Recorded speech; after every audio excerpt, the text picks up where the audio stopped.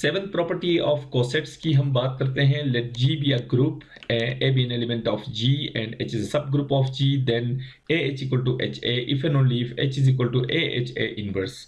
यानी G अगर कोई ग्रुप हो, H उसका सब ग्रुप है, तो G में से कोई भी एक एलिमेंट हम चूज करें तो उस एलिमेंट से जनरेट होने वाला लेफ्ट कोसेट और राइट कोसेट अगर इक्वल है तो फिर H जो है वो AHA इनवर्स के बराबर होगा, या H अगर AHA इनवर्स के बराबर है तो लेफ्ट कोसेट और राइट कोसेट हमेशा इक्वल होंगे. तो ये एक बाई कंडीशनल है. और यहाँ पे AHA इनवर्स बेसिकली एक सेट है. ये जो हमारे पास है AH इंटू A इनवर्स, ये बेसिकली एक सेट है H के एलिमेंट्स का, जिनको मैं स्मॉल h से रिप्रेजेंट करता हूँ. जब H के एलिमेंट्स को हम लेफ्ट से ऑपरेट करें, यानी H के एलिमेंट्स के साथ जब लेफ्ट से ऑपरेट करें स्मॉल a, यानी G ग्रुप का कोई एलिमेंट, और राइट से ऑपरेट करें उस एलिमेंट का इनवर्स, तो इस तरह के जो कंपोजिशंस हैं, इन कंपोजिशंस के सेट को हमने लिखा है A capital H into A inverse. यहाँ पे H बिलोंग्स टू H और A जो है वो G का मेंबर है. तो ये वो सेट है. अगर ये सेट सब ग्रुप के इक्वल होगा तो फिर her left coset right coset के इक्वल है. नॉर्मली हमने ये बात की थी कि हर ग्रुप के लिए लेफ्ट कोसेट और राइट कोसेट सेम नहीं होता, लेकिन अगर ग्रुप अबिलियन ग्रुप है तो उसके जो लेफ्ट कोसेट्स है और राइट कोसेट्स वो हमेशा सेम होते हैं, लेकिन हर ग्रुप का लेफ्ट कोसेट और राइट कोसेट सेम नहीं होता. तो ये एक क्राइटेरिया है कि किसी ग्रुप के लिए जो लेफ्ट कोसेट और राइट कोसेट सेम तभी हो सकते हैं जब उसका सब ग्रुप जो है वो इस पर्टिकुलर सेट के इक्वल हो.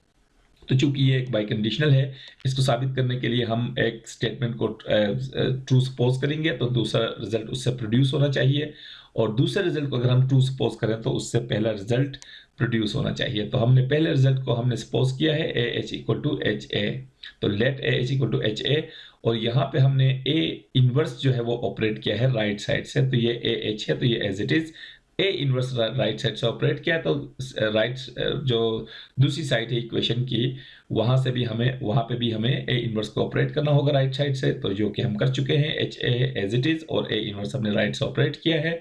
यहाँ पे A और A इनवर्स को हम कंबाइन लिख सकते हैं, और इन दोनों का जो कंपोजिशन होगा वो आइडेंटिटी होगा, क्योंकि ये एक एलिमेंट है G का और ये उसका इनवर्स एलिमेंट है, तो दोनों का कंपोजिशन आइडेंटिटी. और H और E का जो कोसेट होगा, ये बेसिकली एक राइट कोसेट है, H और E का जो कोसेट होगा वो H के बराबर होगा, क्योंकि E जो है वो H का मेंबर है. और पहले हम ये बात कर चुके हैं, एक प्रॉपर्टी प्रूव कर चुके हैं. पहली प्रॉपर्टी में हमने ये बताया था कि अगर कोई एलिमेंट सब ग्रुप से बिलोंग करेगा तो उससे जनरेट होने वाला कोसेट फिर सब ग्रुप के ही इक्वल आएगा, तो इसलिए हमने HE को H कह दिया.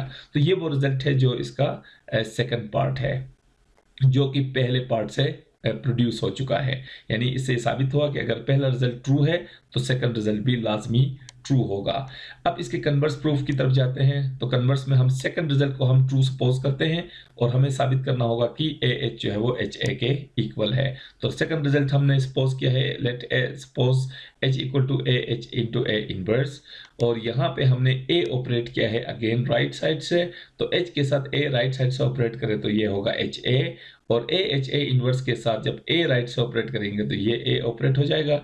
और यहाँ पे लेफ्ट हैंड साइड में कोई तब्दीली हम नहीं कर रहे, यहाँ पे जस्ट A इनवर्स को A के साथ हमने कंबाइन लिखा हुआ है, और A इनवर्स और A का कंपोजिशन होगा आइडेंटिटी. और जब भी किसी कोसेट को हम आइडेंटिटी के साथ ऑपरेट करें तो पहले हम बात कर चुके हैं कि वो कोसेट के ही इक्वल आएगा, उस कोसेट के अंदर कोई तब्दीली नहीं होगी. तो यहाँ से रिजल्ट आ चुका है HA is equal to AH, जो कि इस बाई कंडीशनल का फर्स्ट रिजल्ट है. यानी हमने सेकंड रिजल्ट को हमने ट्रू सपोज किया था और हमने साबित कर दिया कि फर्स्ट रिजल्ट इसका ट्रू होगा. तो ये इसका कंप्लीट प्रूफ है.